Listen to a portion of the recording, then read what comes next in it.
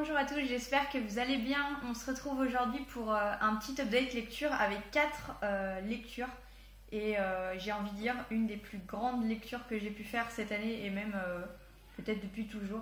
Puisque j'ai eu mon plus gros coup de cœur depuis très longtemps qui se place en numéro 1 dans la liste. Voilà, direct. Je vous le garde pour la fin, je vous laisse un petit peu de suspense. Je vais vous présenter les 3 autres en attendant. Premier roman que j'ai lu donc, au mois de septembre, j'ai fini le tome 3 du Gardien des Cités Perdues, donc le tome 3 qui s'appelle Le Grand Brasier. Donc c'est la série de Shannon Messenger éditée chez Lumen. Alors encore une fois, j'ai beaucoup aimé. Je trouve que Gardien des Cités Perdues se bonifie au fur et à mesure des tomes. Alors j'aimerais quand même remercier la Papote Livresque parce que c'est grâce à elle que j'ai sorti mon tome 3.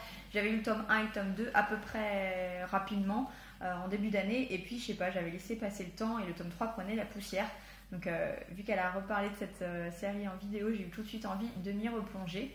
Donc dans le tome 1, en fait on va suivre la jeune Sophie qui est une préado, je pense qu'elle aura une douzaine d'années. Elle entend les pensées de tout le monde, donc sa vie est vraiment un enfer. Elles sont très différentes par rapport au reste de sa famille.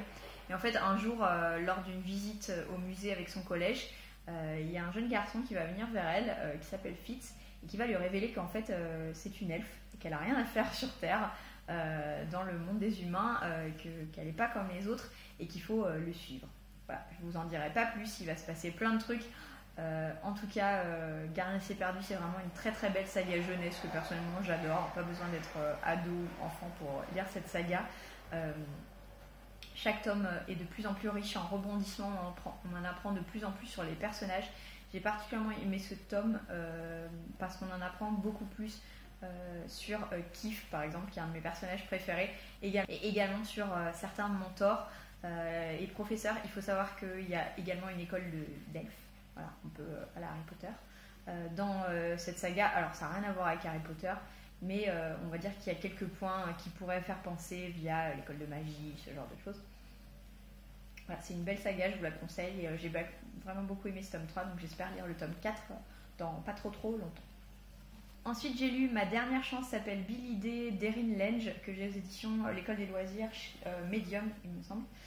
Très belle couverture orange que j'ai lu dans le cadre du Pumpkin Autumn Challenge pour la feuille d'automne emportée par le vent, blablabla. Alors dans Ma dernière chance s'appelle Billy D, et ben on va suivre Billy D, comme le dit le titre. Billy D qui est un jeune lycéen qui est atteint de trisomie 21, qui se fait pas mal embêter en fait sur le chemin du lycée, et qui va rencontrer comment il s'appelle, Dane. Dane, alors c'est le personnage principal, celui qu'on suit dans le livre. Dane, il faut savoir que c'est un espèce de castagneur, c'est un lycéen qui veut un peu taper sur tout ce qui bouge. Alors, il y a des raisons à ça, mais bon, on sent qu'il y a quand même une espèce de violence au fond de lui qu'il faut qu'il extériorise. Dane, pour éviter de se faire exclure du lycée, va devoir protéger Billy D sur le chemin de l'école et lui servir de guide. C'est un très beau roman initiatique entre deux jeunes garçons qui vont découvrir une très belle amitié au-delà de la différence. Parler de la trisomie 21, c'est un thème, un sujet qui est, je trouve, très peu abordé dans la littérature, que ce soit jeunesse, adolescente ou adulte d'ailleurs. Billy D, il est loin d'être idiot, il est d'ailleurs très malin, il n'aime pas du tout qu'on le traite différemment des autres, il veut qu'on le traite normalement, et c'est ce qu'on devrait faire. On le traite normalement, donc c'est un très beau roman sur la tolérance, sur finalement qu'est-ce que c'est être différent et qu'est-ce qui nous rend différents, et sur cette très belle amitié qui va naître entre deux garçons qui ont finalement rien à voir entre eux.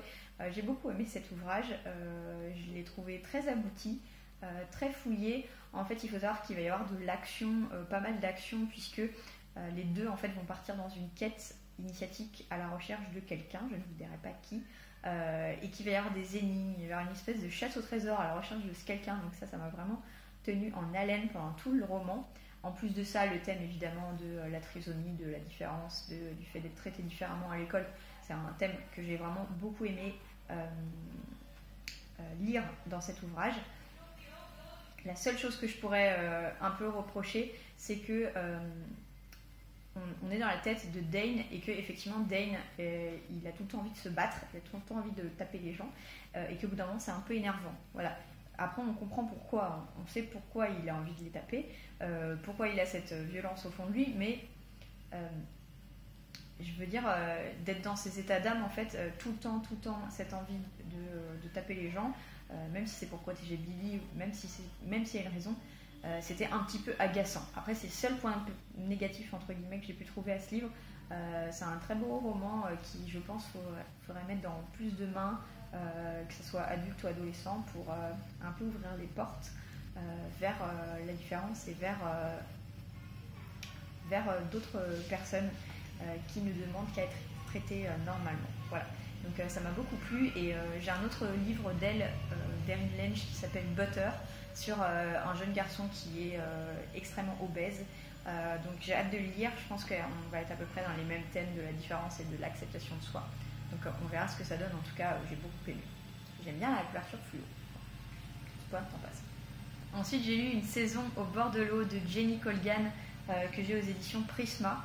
Alors celui-là, honnêtement, je ne m'attendais pas à grand-chose. Je voulais lire parce que petit roman, feel good, doudou, tout ce qu'on veut. Et en fait, c'était exactement ça. Ça a même dépassé mes attentes. Moi qui n'aime pas trop la romance, alors évidemment, il y a de la romance dans ce genre de livre, j'ai vraiment beaucoup aimé. En fait, dans Une saison au bord de l'eau, on va suivre une jeune femme qui travaille à Londres dans un cabinet juridique, donc qui est assistante, il me semble. C'est un peu métro boulot dodo pour elle. Et en fait, elle va être envoyée pour une affaire dans l'île de son enfance qui est au large de l'Écosse, vraiment très loin en fait de l'Écosse. On est dans des paysages un petit peu polaires, dans cette île très naturelle où elle va devoir négocier avec des clients et avec les habitants du village. Elle va retrouver une partie de sa famille. C'est pas forcément évident pour elle. Et en fait, ce que j'ai beaucoup aimé dans ce livre, c'est l'univers, l'ambiance. En fait, on s'y croirait dans ces petits villages, dans ces petites îles. On apprend à connaître tous les habitants. On sent que la nature est là, les oiseaux. Il y a même des manchots, il me semble. Enfin, en fait, on sent cette vraie nature dans cette île écossaise. Ça m'a donné hyper envie d'y aller. Cette nature à protéger. Et j'ai vraiment beaucoup aimé le personnage, comment elle s'appelle, de Flora, voilà. Que j'ai trouvé très attachante. Je l'ai trouvée très attachante. S'il s'agit de la romance, vous savez à quel point je suis allergique à ça. Et bizarrement dedans, alors je me suis dit, oh non, le triangle amoureux, voilà, le truc vu et revu, finalement, je me suis fait surprendre de bout en bout. Je m'attendais pas du tout à ça. Et j'ai vraiment beaucoup aimé cette lecture. Donc voilà, après, faut pas s'attendre à un prix Pulitzer, mais la plume de Jenny Colgan est très douce, très agréable à lire. Et personnellement, ça m'a plu et je trouve que c'est parfait pour lire au bord de l'eau, que ce soit printemps, automne, hiver. Même hiver, pourquoi pas, hein, parce que finalement, il fait assez froid sur cette petite île d'Écosse. Donc voilà, je vous le conseille. C'est un gros bébé comme ça, mais en fait, ça se lit très vite. Maintenant, on va passer à mon coup de cœur phénoménal, Le cirque des rêves, d'Erin Morgenstern, que j'ai aux éditions Pocket. Je l'ai aussi en anglais, parce que je l'avais acheté à la base en anglais. Je trouve la couverture plus belle, je vous la montre du coup. Mais je ne l'ai pas lu en anglais, j'ai lu en français. Donc j'ai lu en lecture commune avec Laure et avec Laure sur le groupe des lectures communes. Donc je te fais un coucou. J'ai fait que tu me répondes en coucou. Voilà, ça me fait toujours beaucoup rire. Le cirque des rêves, ça a été un coup de cœur juste monumental. Je me suis fait embarquer. J'ai eu vraiment beaucoup de mal à le lâcher. J'arrêtais pas de tricher en fait dans la lecture commune parce que je pouvais pas m'arrêter. Alors de quoi ça parle ? En fait, le cirque des rêves, c'est une ambiance. Pas vraiment de résumé. C'est une ambiance, c'est une atmosphère où en fait on va suivre deux personnages principaux. On va suivre également d'autres personnages, mais notamment ceux-là. On va suivre Marco et Celia qui, depuis qu'ils sont enfants, ont été entraînés pour un duel de magiciens, d'illusionnistes, sauf qu'ils ne savent pas qui est leur adversaire, évidemment, au début. Qui vont grandir, qui vont étudier, qui vont s'entraîner et ils vont se retrouver dans la création d'un cirque, le cirque des rêves. C'est un cirque qui est ouvert que la nuit, qui a une ambiance très particulière, qui est tout en noir et blanc, il n'y a pas de couleur.